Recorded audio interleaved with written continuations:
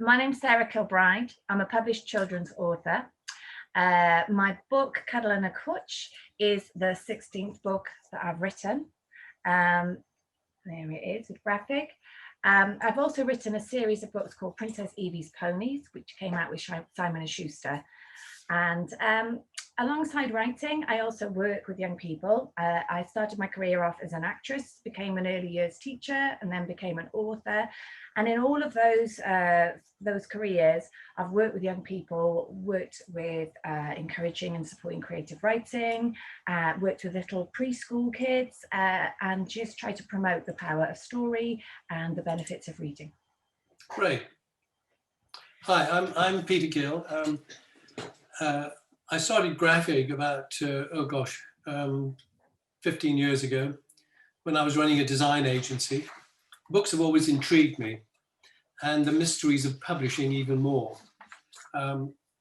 So I work with a team of editors and designers, a brilliant team, and my colleague Matthew, who's a director of Graphic, joined about 6 years ago from Welsh Books Council. So Matthew's got a great background in sales, book trade. He understands the whole book business, and he's also incredibly good at grammar and literature in general. So, words are not my strongest point, really. I'm a graphics person, really. So we have an office in Cardiff where we design and produce books. We come up with our own books. We don't really buy books in. We develop our own series. And about 5 years ago, we started a children's list, which we just absolutely love doing. And we built several series now. Some are republished series like Mouse and Mole and Fletcher the Fox. Others are new books like Gaspard the Fox by Zeb Soanes and James Mayhew. And we've just started an exciting new series now with Dom Conlon and Anastasia on a series of wildlife visiting all parts of the world. So it's very exciting, actually, and I love doing it. So that's it. Great. Peter and Sarah, how did you go about getting your first book published, Sarah? Well, I'd always enjoyed telling stories, and when I was an actress, we used to devise a lot of the plays too. And then I had an idea for a series, which I kind of sketched out and completely overworked. And I started sending it off to publishers. I knew a few people in publishing, but I also sort of looked around to see what type of books the publishers produced, and you can kind of gauge really what they're looking for by what they're producing. And I struck lucky with Simon & Schuster, because at that time they were looking for a series, and my idea was for a series. And so we met and discussed ideas, and it's kind of interesting because I had started writing the stories, whereas actually at that point it's really the idea which publishers are looking at and thinking about. And so so that's how it happened. And what made you contact Graphic, Sarah, with your idea about Cuddle and a Cwtch? Well, I've got a great friend, the author, Nicola Davis, and I know Jackie Morris too, and I loved the books that you had published for them. I really loved the quality, and also I just love the care that you put into it. You know, even the paper is just beautiful. It's just really lovely, and I wanted this book to be beautiful. It's about a really beautiful thing, Cwtch. And the other reason why I came to you, Graphic, because the other publishers didn't understand what a cwtch was, which was the whole point of this book. And I went down lots of sort of blind alleys where we'd start talking about cuggles, or it doesn't matter what you call it. And actually, at the end of the day, that's what it was saying, was it's a cwtch. And you got it straight away. And I knew you would. And it just came to me, you know, that you were the people to do it. And so, yeah, and you are. Great. And well, we're so pleased to have published it, Sarah. It's great. It's a lovely book. Oh, thank you. And what advice would you give to aspiring children's writers? Ah, That's a well, big one. it's a big one, isn't it? There's lots. So here's a little list. Definitely read lots of kids lit, and look at what's coming out at the moment, because it's all to do with fashions.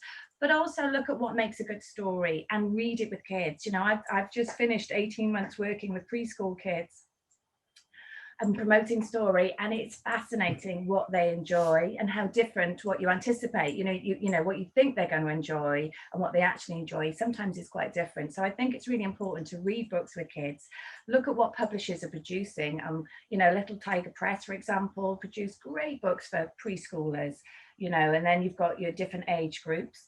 Look at how much you write, you know, and writing kids books sometimes is like writing poetry, where you have to really boil down what the important words are to get the essence of the story.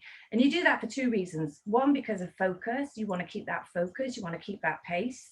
And with children, you know, I learned this in kids theatre, if you get too wordy, you lose them. And two, you've also got illustrators to help tell the story. And that's a really powerful tool. It's a really, you know, it's a beautiful thing. You know, picture books have those illustrations and they tell the story as much as the words do. So, you know, once I started Princess Evie, I realized, you know, that I had this sort of film going on in my head of what the pictures would look like. The other thing which helped me was I did a job for Ladybird Books years ago, updating their well-loved classic tales.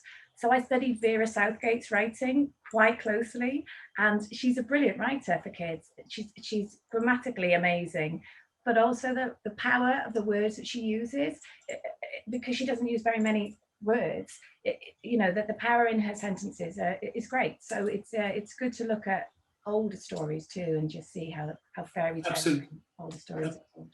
Absolutely. That's great. Great advice. Right then, so this is $1 million question. What's the best way to approach a publisher? Well, I think even before you approach a publisher, what you must have is a great idea. Mm-hmm. I mean, a mediocre idea or something that needs a tremendous amount of work on, whether it's words or drawings, really just isn't going to work, and it's not going to appeal to somebody. So really, a great idea can be summarized in a sentence. If you can't describe the idea of the book, the story, in a nutshell, as it were. I mean, for instance, I had two this morning from a dear author that I work with, Joyce Dunbar, and she just wrote a couple of points about a new Mouse and Merle book we're just publishing. And it says, a fresh start. This is about Mouse and Merle. They decide to bring their friendship, they decide to begin their friendship over again. And that's all it is. That's the idea. Yeah. And then the second one is called Hip, Dip, Dip. Mouse helps Mole to choose a toy boat, which is hard because he likes all of them. And that's it. So, Right. you know, from that one line, one gets the whole sort of, and the last one is called A Boat from the Blue, is about how to step around sudden disaster, which comes from nowhere. And then she adds up, like our present predicament.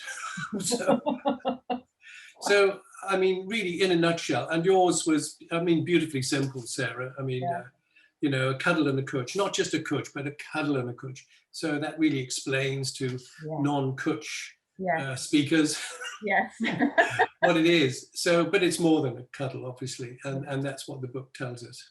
Yeah. So, in a nutshell, really, first of all, you've got to have a great idea.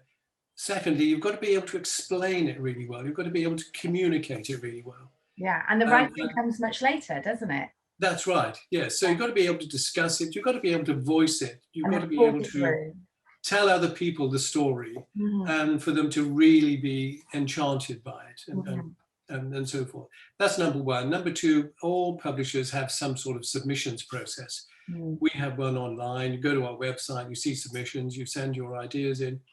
We look at them every month, and we reply as soon as we can, just about every month.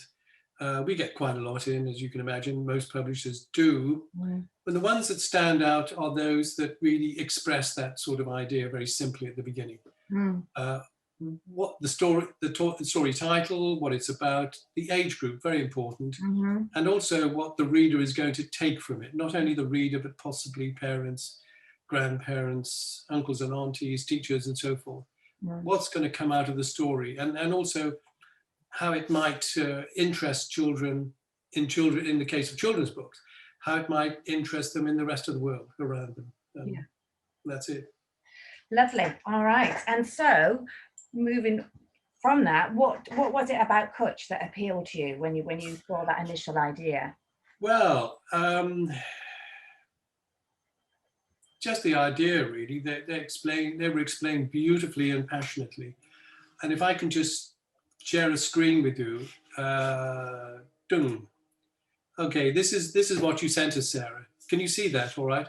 So There we are. this was Sarah's first letter to us, and it's, you just can't ignore that. I mean, it's just beautiful. It's brilliant. And I think, Sarah, there's a story behind this, isn't there? Yes, there is. I was desperate to get this to you before half term. It was October, half term coming, and I've got two kids, and I'm sure a lot of you out there understand that half term, you can't really get anything done. And so I'd finished, and I absolutely wanted to get it to you. And my email was down, and I've got a husband who's really technical, but the email was down. So I was going to print it out and post it to you. And my ink had run out, which never happens. I've got a contract with HP, and we have ink come in every month. Anyway, it broke down. So then I thought I'll write it, because I love writing. I love handwriting. And so I started on my ink pen, which is somewhere around here, and it really didn't work. It was vomiting ink everywhere. And I loved all the splodges. And so the next step was I got a feather. I love feathers. I collect feathers, and made myself a quill and got my ink and had a go at copying it out by hand. And it was just so much fun. But it took forever. And it was a real lesson in how sometimes you've got to slow right down. And when you do that, you hear a lot more of your creative ideas coming through. They just came through because it was painstaking, dipping and writing through, and so yeah, I mean, it just was magic, really, the way it happened. It took a long time. There's one of the originals. Sure. But no, yeah, it's part of the story, really. It's part of the journey of the book. Absolutely. And we did for a while, but I just thought it was fabulous. And I did for a while think about maybe just using that and that only in the book. Mm. And we did try that. We put together a couple of mock-ups and so forth. But I think you felt, and we probably both felt, that perhaps it needed something else, some drawings, some illustrations to go with it. To make think so. And I think to humanize it. They really help, show the range of the Kutch, doesn't it? It really Yes. does. They're beautiful. They're great illustrations. They really are. Absolutely. Then if I can go back to the illustrations again,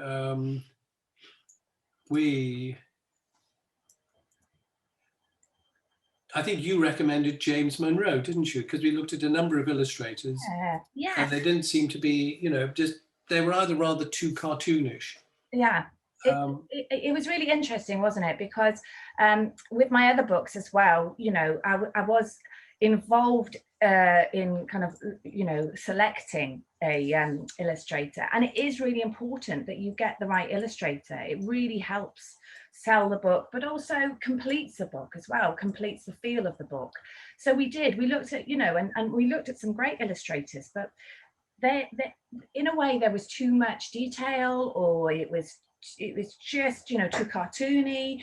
And I went to a meeting with a friend of mine up in Liverpool who's got an arts company, and their website is illustrated by James Monroe. And, when I saw them, I immediately felt that his drawings were able to very simply just show emotion and movement, and also complement the text. They just kind of work together with the same sort of, the line and then the sort of big splash of color. I love it. Yeah. Should we just go through the book, Sarah, and just see? Yeah, let's do it. That's better than me trying to. So what we looked at the book. When we put the book together, first of all, we didn't use Sarah's handwriting. we used it for the title, but not for the text. But then eventually we just thought, gosh, this is just too good to not include. So Sarah beautifully rewrote the legends in her by hand, and then we kind of put these together with the sketches. And we changed a little character who, first of all, was a kind of purpley.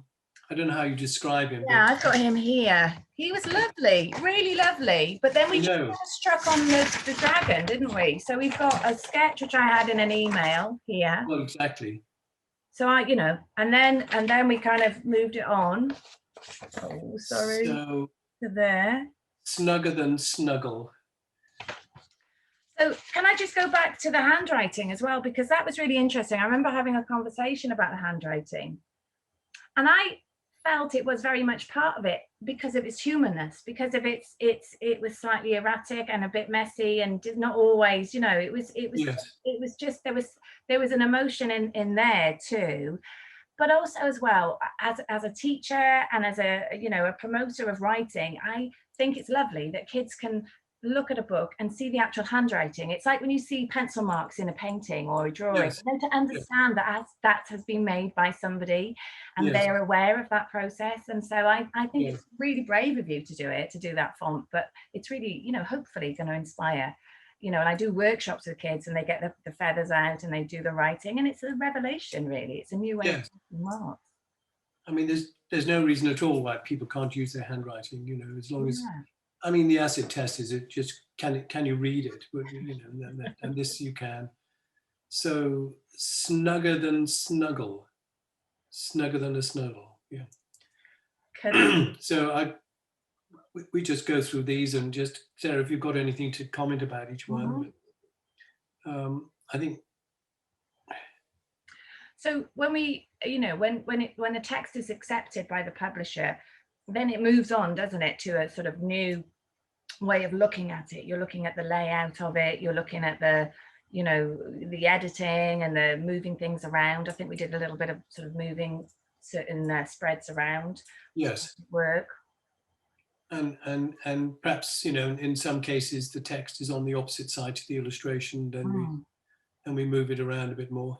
Yeah, so when you're writing kids' book, that's an amazing consideration, and I again sort of had this with Princess Evie was you're looking at how much text there is on how much text compared to the illustrations, so here we've got just 2 words and your illustration, and that's quite interesting as well, because you've got a sort of basic word count, which here was sort of 80 words per spread.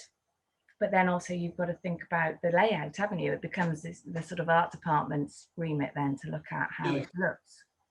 Well, we lay the pages out and then we run it through. Quite often we'll print them out and make a mock-up, because books are tangible objects. They're not just screen objects. So they need to work when you turn from one spread to the next and so on. So that's the intriguing piece about books, I guess. And so this page is lovely. I mean, the word big there. Do you want me to go back, or are you okay? No, that's fine.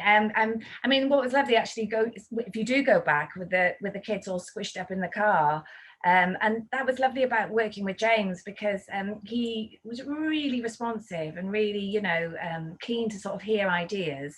Yes. And very just brilliant at sort of coming back.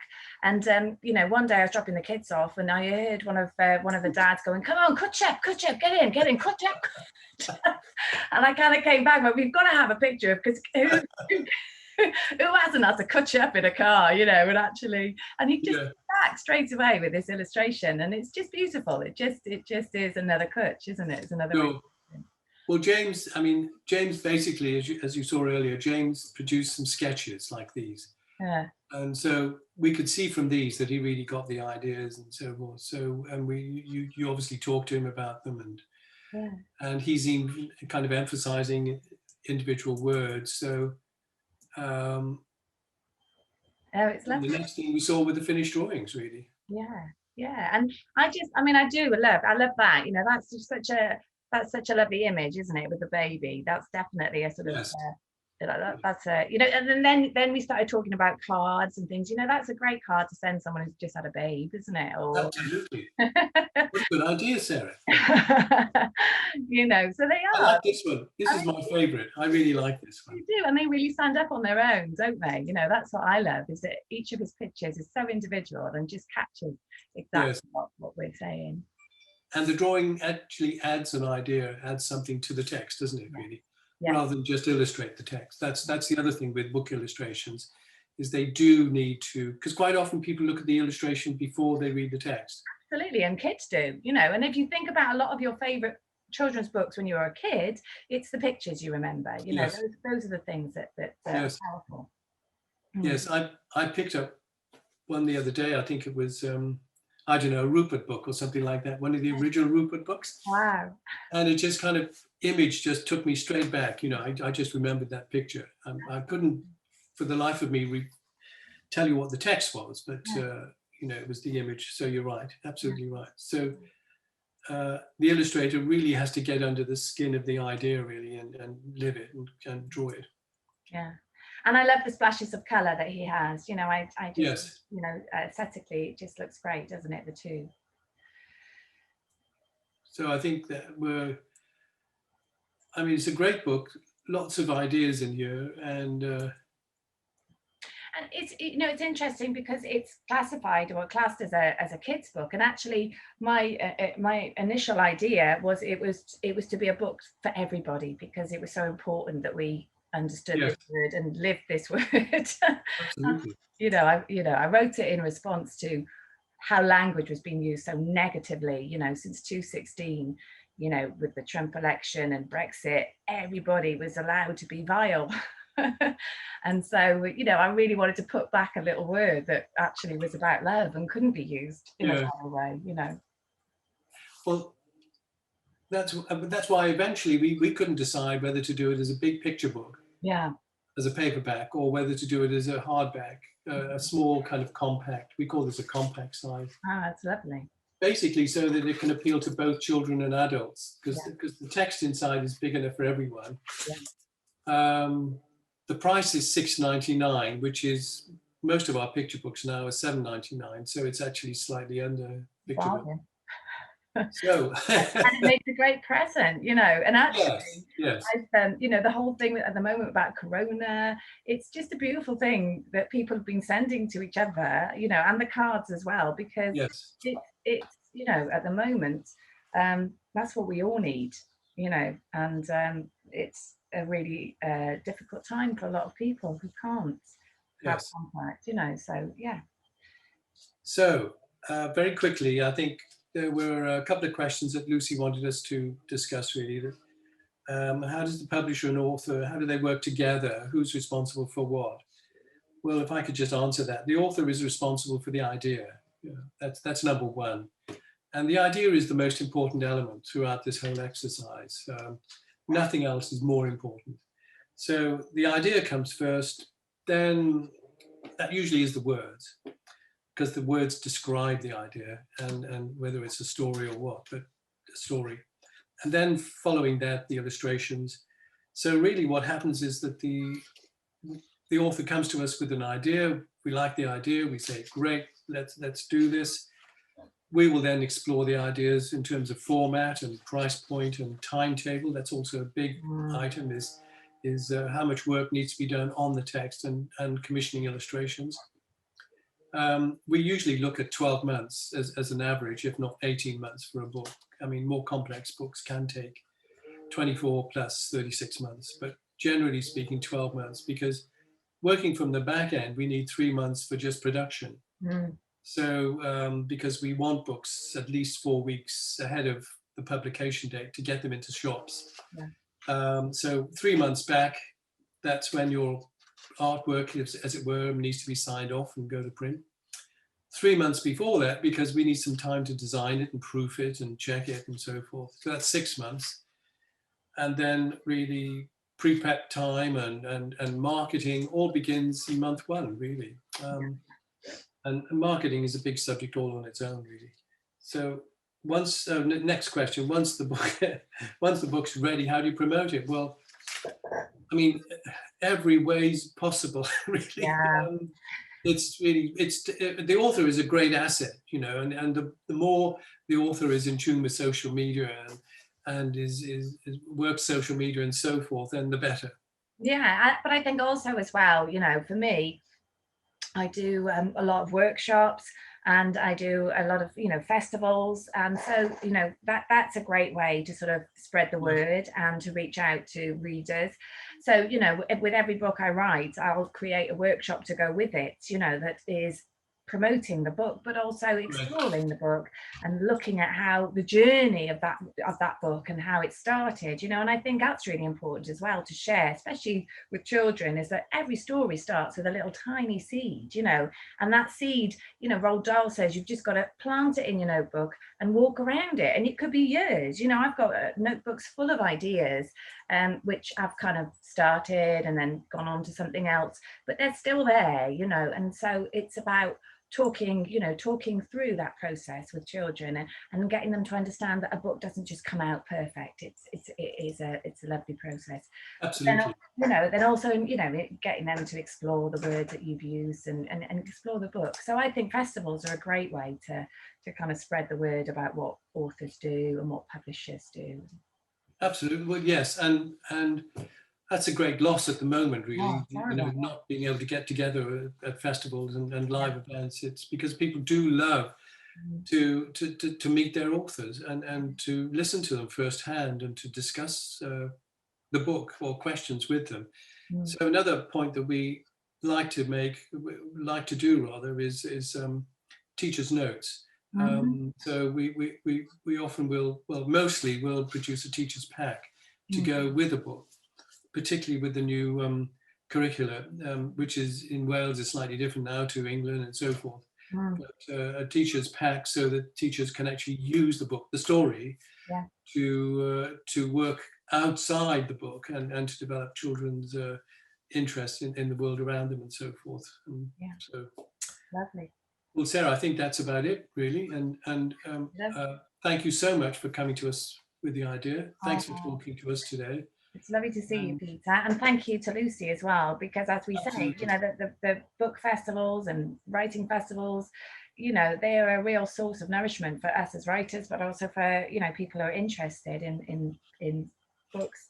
And yes, I think it's amazing that she's kind of doing this alternative, and I hope that you know, she's going to get a lot of support from people who normally come to the festival. I'm sure she will. okay. So thank you, Sarah Kilbride, author of A Cuddle and a Cwtch, published by Grapheg Love. and available at your local indie Mhm. uh, Great or Christmas presents. online. And if you really get stuck and you can't find a copy anywhere, get in touch with Graphic. We have lots in our store and we'll send them out the next day. And it's also available as an ebook. Thank you very much. Lovely. Thank See you soon. Take care. you. Bye. Bye bye. Bye bye, everyone.